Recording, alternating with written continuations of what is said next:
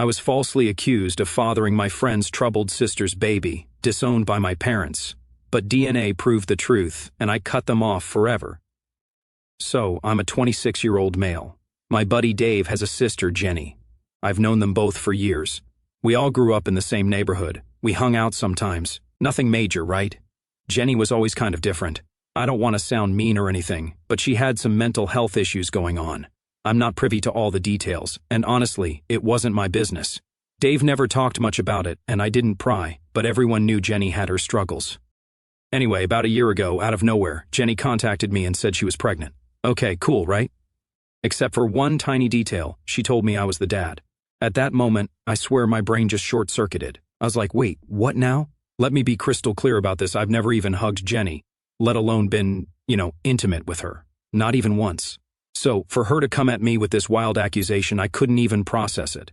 I told her straight up, Jenny, I don't know what you're talking about, but there's no way I'm the father. We've never been close like that. She just kept saying it over and over again, like somehow I was going to magically remember a night that never happened. It was bizarre, to say the least. I tried to stay calm, thinking maybe this was part of her mental health struggles or something, but deep down, I was freaking out. Now this is where things started going off the rails. Jenny refused to take a prenatal paternity test. I was sitting there thinking, if you're so sure it's my kid, why wouldn't you just take the test and prove it? But she wouldn't budge. She kept saying stuff like, you need to be there for your child and you're abandoning us before the baby's even born. It was guilt trip city and I wasn't buying it. So I made it clear, if she wasn't going to take the test, I wasn't going to sign anything. I wasn't about to get legally tied to a kid that wasn't mine. Simple, right? I thought that would be the end of it. Boy, was I wrong. Cue the family drama. A few weeks after that, my parents found out. Now, I love my parents, but they have this whole traditional values thing going on. The second they heard about the situation, they lost it, like completely lost it. They were calling me names, saying I was a deadbeat and a disgrace. I was just standing there, trying to get a word in, but they weren't listening. I told them, Mom, Dad, this isn't my kid. Jenny's just making stuff up. But they weren't having it. It was like, once they got it in their heads that I was responsible for this baby, they couldn't shake it. There were a lot of nasty arguments after that. Things were said that I probably can't take back, and honestly, I'm still mad about it. My parents kept pushing me to do the right thing and step up as a father. Even though I kept telling them it wasn't my kid, it didn't matter to them. In their eyes, I was already guilty. They said they didn't raise me to be some kind of deadbeat, and they couldn't believe I would deny my own child. Here's where things get even crazier. I wasn't even in the same state when Jenny would have gotten pregnant. That's right, she was staying at a friend's place for an entire month when she supposedly conceived. I brought this up to my parents, and they just brushed it off. People make mistakes, they said. Yeah, well, this wasn't just a mistake. This was a full-blown accusation that could wreck my life. Fast forward to about 6 months into Jenny's pregnancy. By this point, the whole family had turned against me. Every family dinner, every phone call, every text.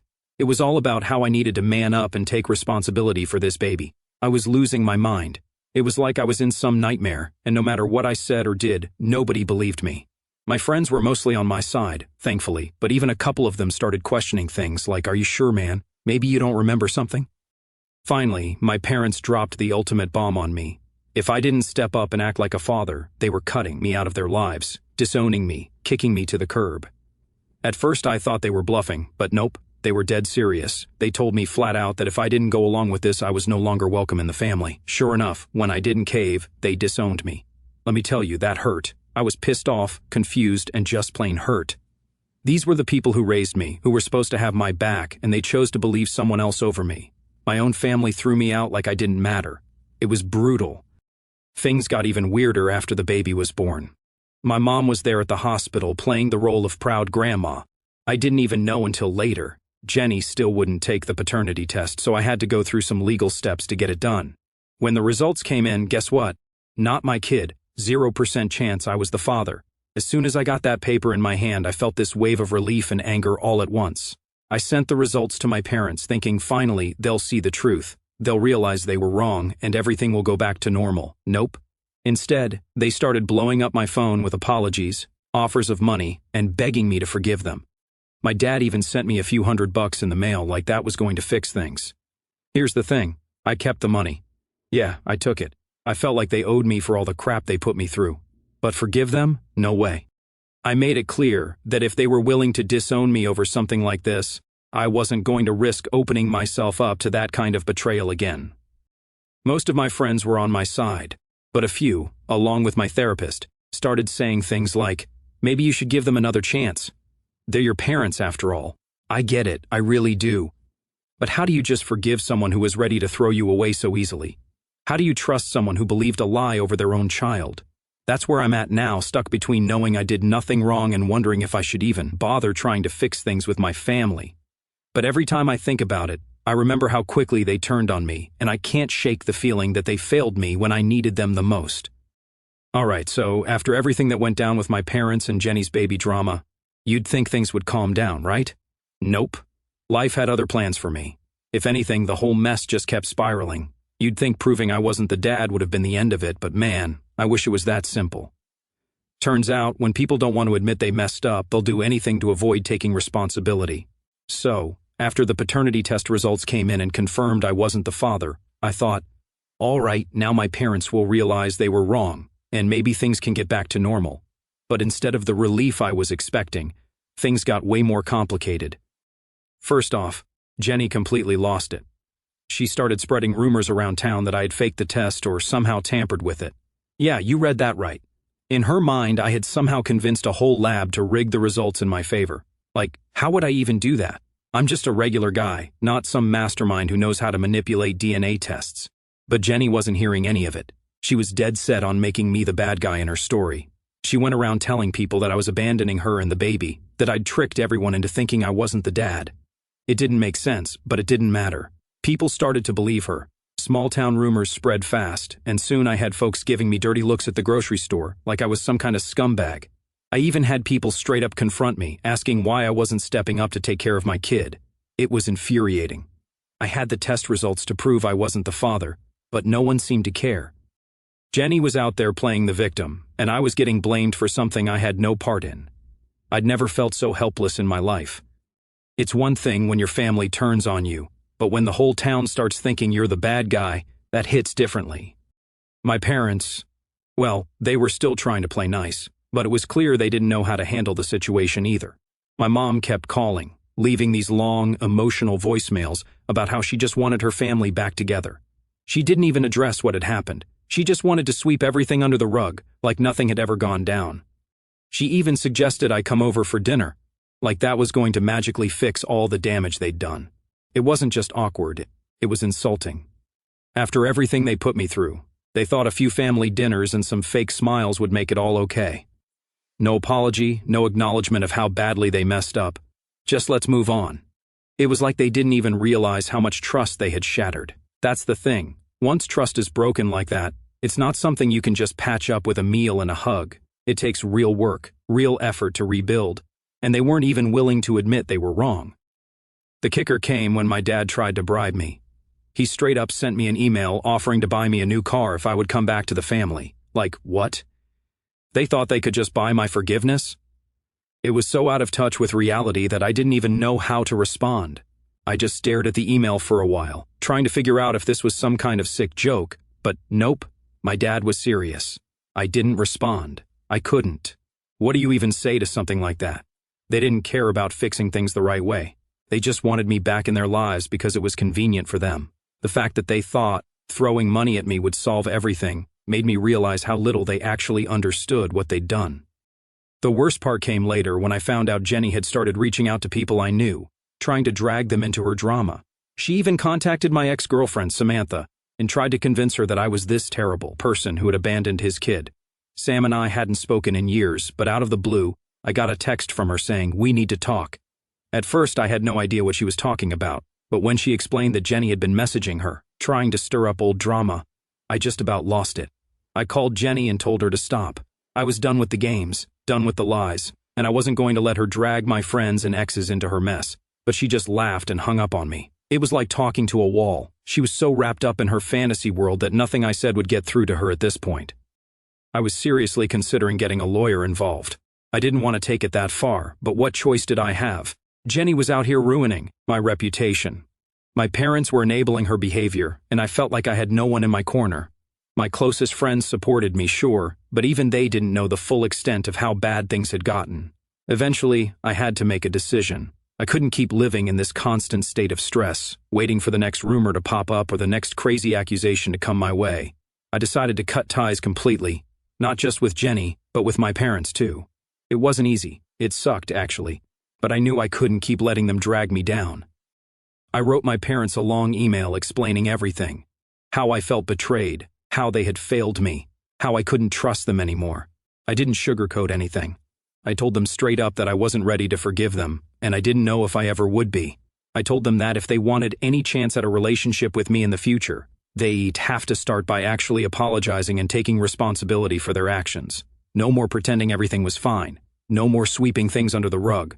As for Jenny, I blocked her on everything. I couldn't deal with her manipulations anymore. She wasn't my problem, and I wasn't going to let her keep dragging me into her mess. I even had to tell Dave, her brother, that I couldn't be around his family for a while. That was tough because Dave's always been a good friend, but I had to put my own well-being first. It's been a few months since I cut them off, and honestly, it's been a relief. Sure, there are days when I feel guilty or second-guess myself, but overall, I know I made the right call. Sometimes you have to walk away, even when it's hard. Yeah, it's messy and complicated, but at least now I'm not constantly looking over my shoulder waiting for the next disaster to hit. I can finally breathe again. But man, if you told me a year ago that this is where I'd end up, I never would have believed you. Life's funny like that, I guess. Update 1. Alright, so here's where things get even weirder. I thought cutting ties with Jenny and my parents would be the end of the chaos. Like, I figured once I removed them from my life, everything would calm down, and I could move on. But of course, things don't work out that easily. Cutting them off was just the beginning of a whole new mess. A couple of weeks after I sent that email to my parents and blocked Jenny, I got this unexpected message from an old high school friend, Mike. We hadn't talked in years, but out of nowhere, he asked if I was doing okay. At first I thought, okay, that's random. Then he told me that my parents had reached out to him. Now, Mike and I weren't even that close back in the day, so for my parents to contact him, that was a huge red flag. Apparently, they'd been going around trying to get people to talk to me on their behalf. I'm talking old friends, distant relatives, even people I barely knew. They were telling everyone that I was in a bad place and that they were worried about me. It was like they were trying to make me seem like the one who was unstable. The worst part? They were framing the whole thing as if I was the one who needed to apologize for cutting them off. Mike was cool about it. He knew something was up and wanted to give me a heads up. But it didn't stop there. Over the next few days, I started getting messages from all sorts of people. People I hadn't spoken to in years. People I'd only met a few times. They were all saying the same thing: your parents are really worried about you, or you should give them another chance. It was insane. They had somehow convinced all these people that I was the bad guy in this situation, that I had gone off the rails and needed to make amends. I couldn't believe it. Here I was, just trying to move on with my life, and my parents were out here doing a full-on PR campaign, trying to make me look like the villain. I felt like I was in some kind of weird alternate reality where nothing made sense. No matter how much I tried to stay away from the drama, it just kept finding its way back to me. The final straw came when they reached out to my boss. Yeah, you heard that right, my parents called my job. I don't even know how they got the number, but they somehow tracked down my boss's contact info and called the office, telling him they were concerned about me and that I wasn't in the right headspace. Can you imagine how humiliating that was? My boss pulled me into his office one day, looking all serious, and asked if everything was okay at home. I was stunned. I didn't even know what to say at first, like, what do you say when your boss is asking if your parents think you've gone off the deep end? I explained the whole situation to him, and luckily he was super understanding about it. He even apologized for bringing it up, but man, the damage was done. My own parents were out there trying to mess with my job now. It felt like they were determined to ruin everything for me just because I wouldn't bend to their will. After that, I'd had no choice. I went to a lawyer and started the process of getting a restraining order against them. I didn't want to take things that far, but what choice did I have? They were messing with my career, my friends, my peace of mind. I had to protect myself, even if it meant legally cutting them off. The process was long and stressful. Court dates, paperwork, and just a whole lot of anxiety that came with it. But at the same time, I felt a weird sense of relief, like I was finally taking control of the situation. No more letting them invade every part of my life. No more letting them manipulate the narrative. Of course, when they found out about the restraining order, all hell broke loose. My mom sent me this long, guilt-trippy email about how she never imagined her own son would do this and how family is supposed to stick together no matter what. She kept saying that I was tearing the family apart, that I was the one causing all the pain. It was textbook manipulation, but I didn't bite. I didn't respond. I wish I could say that was the end of it, but things got even worse before they got better. One day, I came home from work to find my car vandalized. Someone had keyed the word liar into the side of it. I had no proof it was my parents, but come on, who else would it be? I hadn't told anyone about the restraining order except for a few close friends. My parents were the only ones who had a motive to pull something like that. It was like they couldn't handle losing control, so they had to lash out in whatever way they could. I filed a police report, but nothing ever came of it. Just another reminder that even when you try to do things the right way, sometimes the people who are supposed to love you the most can turn into your worst enemies. I started parking my car at a friend's house after that, just to be safe. I couldn't take any more chances. I even installed security cameras around my apartment, just in case they tried something else. It felt like I was living in a constant state of paranoia, always waiting for the next shoe to drop.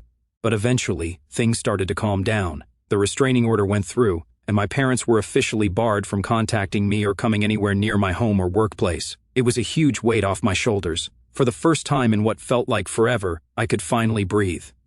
It's been a few months now, and I'm still picking up the pieces. I had to do a lot of damage control with my friends and coworkers, explaining the whole situation to them and making sure they knew the truth. Most of them were supportive, but a few were skeptical, like, "Are you sure your parents would really go that far?" I get it. It's hard to believe, but when you've lived through it, you know how far some people will go when they feel like they're losing control. Looking back, I never imagined things would get this bad. It's crazy how quickly family can turn on you when you refuse to play by their rules.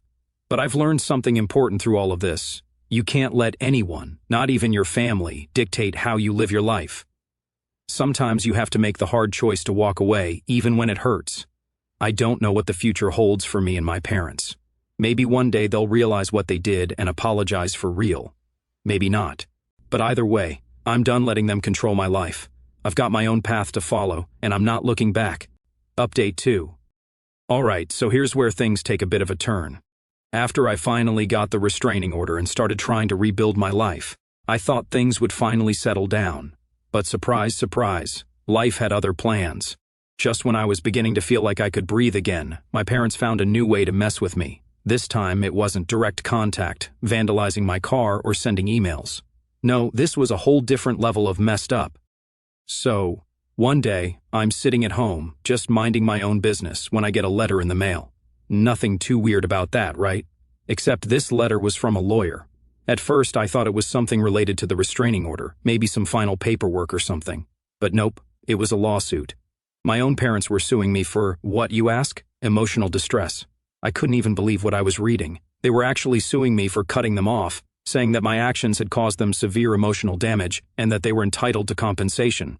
They even claimed I had alienated them from the rest of the family, which was complete nonsense because they were the ones who isolated me, not the other way around. I sat there for a good few minutes, just staring at the letter, trying to process what was happening. I mean, who does that? Who sues their own kid because they're mad they got cut off? I didn't even know what to do.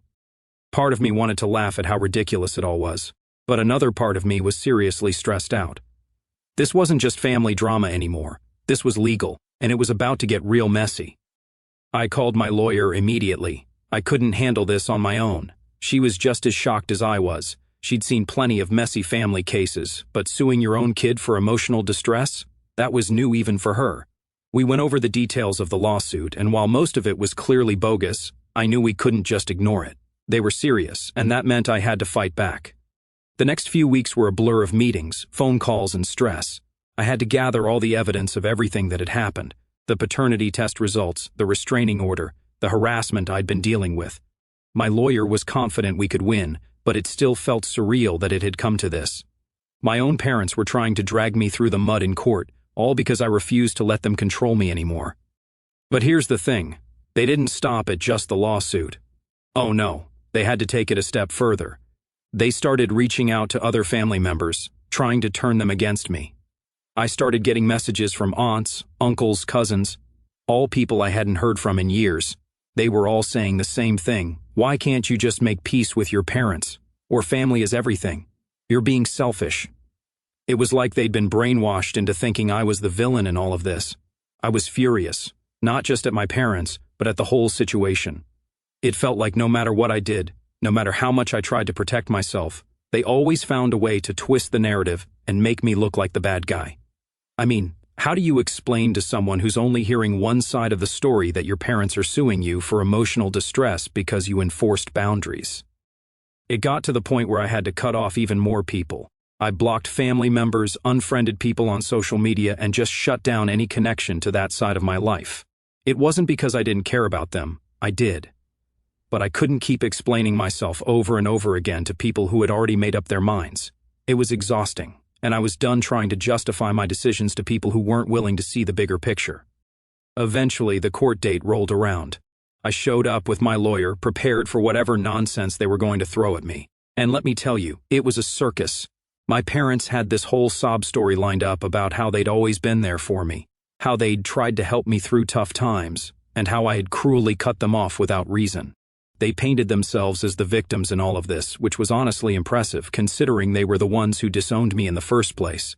But my lawyer wasn't having it. She tore their arguments apart piece by piece, showing the judge all the evidence of their harassment, the restraining order, the paternity test, everything. It was brutal. By the end of it, you could see the judge wasn't buying their story. The judge ruled in my favor, the lawsuit was thrown out, and my parents were ordered to pay my legal fees, which was a small victory in the grand scheme of things. But even though I won, it didn't feel like a victory. It felt like I had just barely escaped a nightmare, and there was still so much fallout to deal with. After the case, my parents tried one last-ditch effort to get back into my life. They sent me this long, emotional letter about how they were sorry for everything, how they just wanted to make things right, and how they couldn't bear to lose me. It was the same old guilt-tripping nonsense they had been pulling from the start. Honestly, I didn't even respond. I'd already made my decision. I wasn't going back. There's only so much someone can take before they have to walk away for good.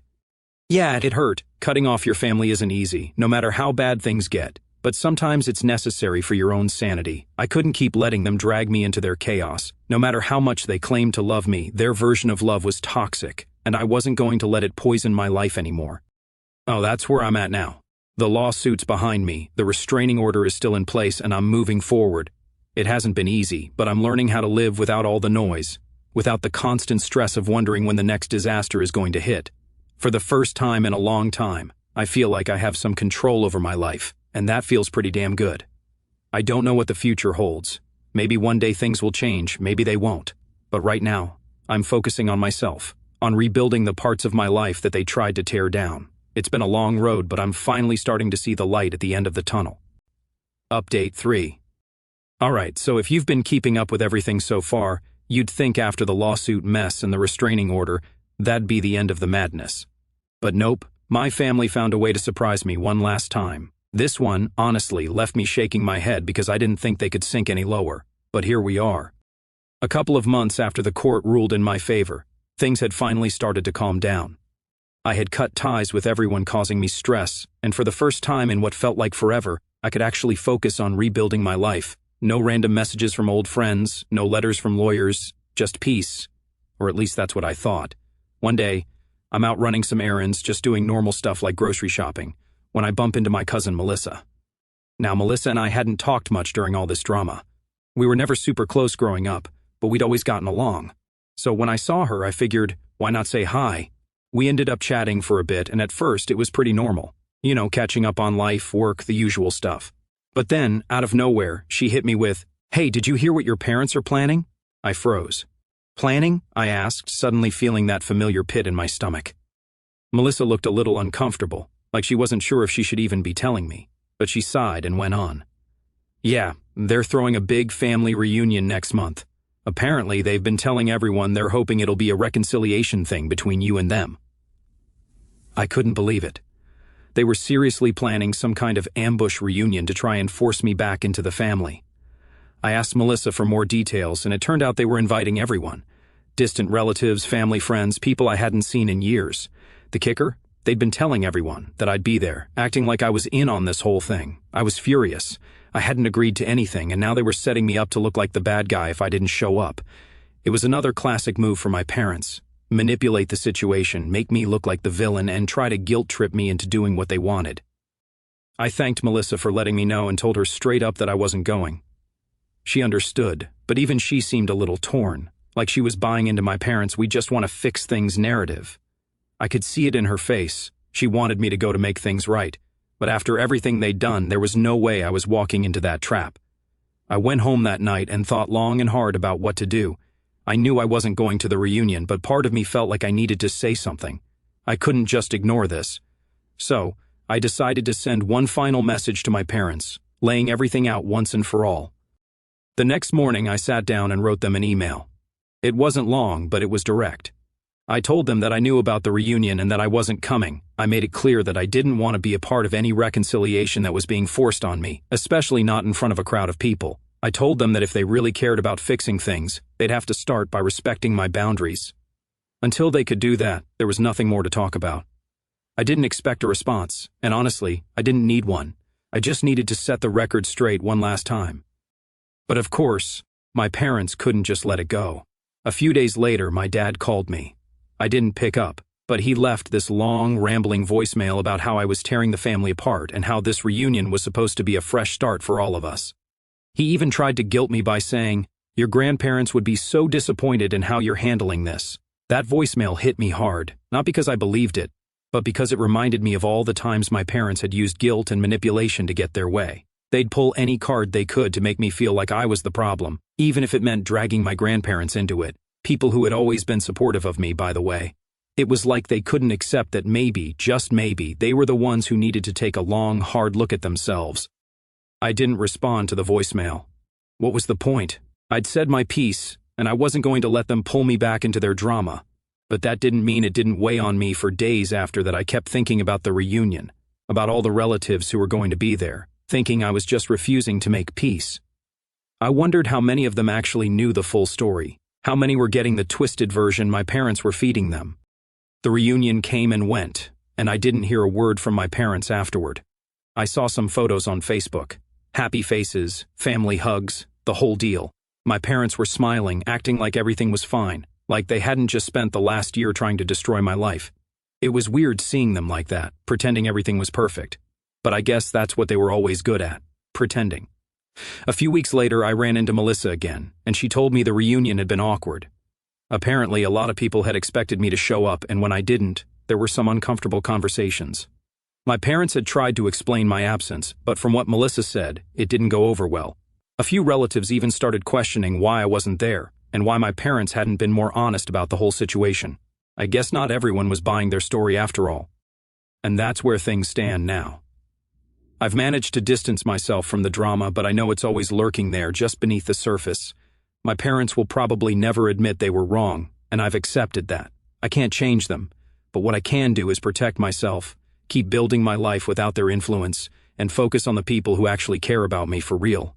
It's been a long road, and I'm not going to lie. It still hurts sometimes. Cutting off your family isn't easy, and there are days when I wonder if I did the right thing. But deep down, I know I had to. I had to choose myself, my mental health, and my own future over the toxic cycle they kept trying to drag me into. So, yeah, that's the end of this wild ride. Maybe one day things will change, maybe they won't. But either way, I'm done letting my family control my life. I've got my own path to walk now.